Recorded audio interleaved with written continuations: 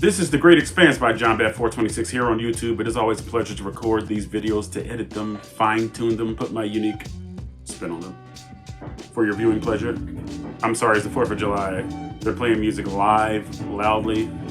Before I let go. Yes, that's what they're playing. So hopefully you can focus on me and the awesome things I'm going to be saying in this video. You forgot about the music already, didn't you? So did I. I forgot too. Okay, anyway. But you've clicked on the thumbnail, you know what the video is about.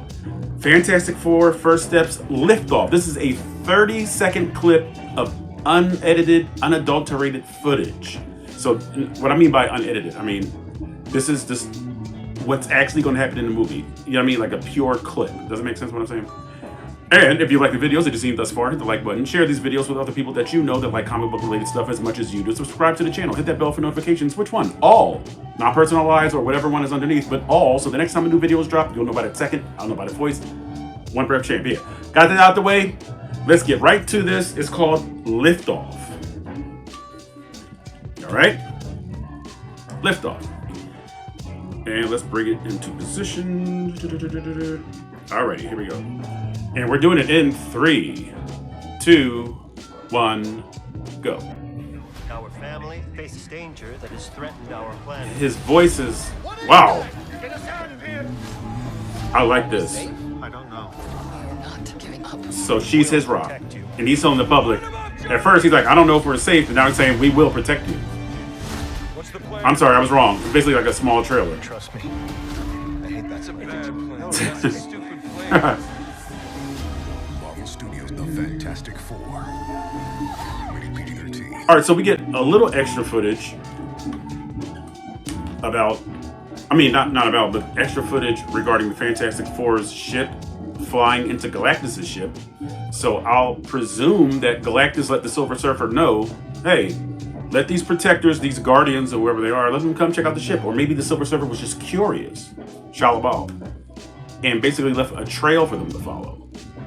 All right, or maybe Reed Richards just used his brilliance and just found a way to pinpoint Galactus' ship, and they went there regardless of whether Galactus wanted them to come, or regardless of whether or not Silver Surfer wanted them to come. Because remember, there is a part of this trailer, I mean, of a previous trailer, where there's like, it almost looks like a forge. It almost looks like molten lava, and the Silver Surfer just like rises out of it. So maybe that's what happens. The Fantastic Four arrives on Galactus' ship unannounced and uninvited, and then we see the Silver Surfer kind of come up, and then we see the scene where Galactus' like armbands are coming on by themselves. So maybe Galactus isn't even prepared to visit Earth yet. I'm just throwing out ideas, maybe.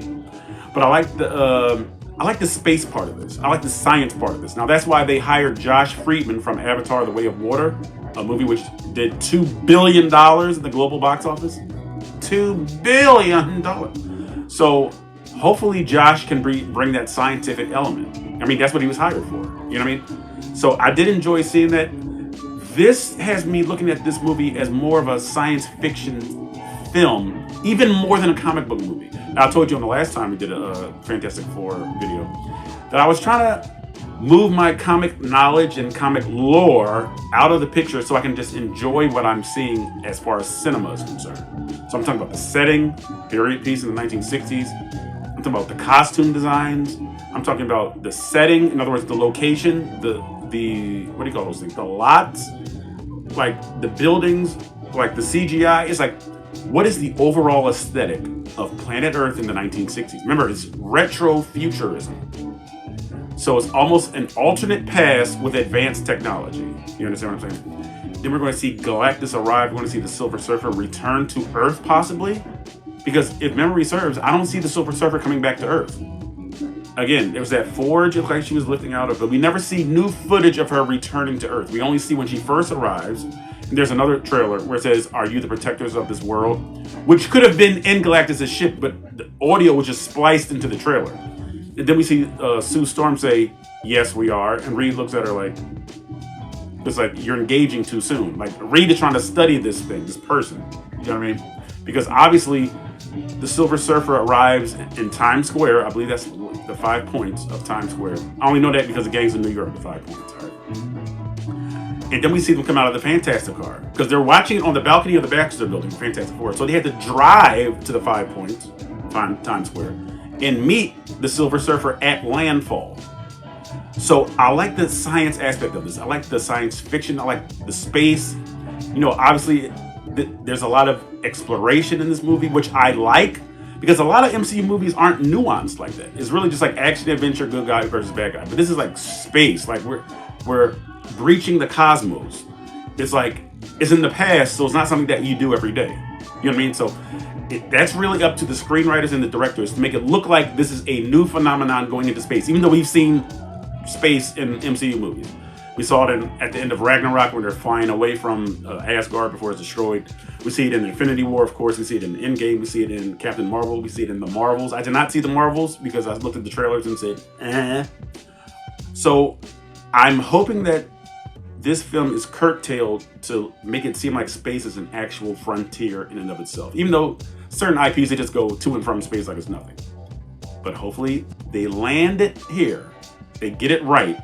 The phenomenon of going into space and leaving Earth's atmosphere. And again, this is a brief video. I hope you guys enjoyed it. Leave a comment. You know where those comments go. David Brent, please let them know. Thank you, Mr. Brent. Wernham Hawk's finest, The Office UK. Do your part, I'll do my part. So The Great Expanse by John Bat 426 can and will expand. It's in the name.